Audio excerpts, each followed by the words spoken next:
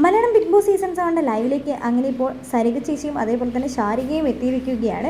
ആ സമയത്ത് നമ്മുടെ നൂറ ചോദിക്കുന്നുണ്ട്, സരിക ചേച്ചി ശരിക്കും പറഞ്ഞാൽ ശരത്തേട്ടൻ പറഞ്ഞല്ലോ പുറത്ത് ആരെയോ കരിവാരി തേക്കുന്നുണ്ടെന്ന് പറയുന്നത്. അതാ അപ്പണി ശരത്തിന് തന്നെയാണ് കരിവാരി തേച്ചതെന്നൊക്കെ പറയുന്നത്. അപ്പോൾ സന്തോഷം കൊണ്ട് അനുമോളൊക്കെ പൊട്ടിച്ചിരിക്കുന്നുണ്ട്, ഡാൻസൊക്കെ കളിക്കുന്നുണ്ട്.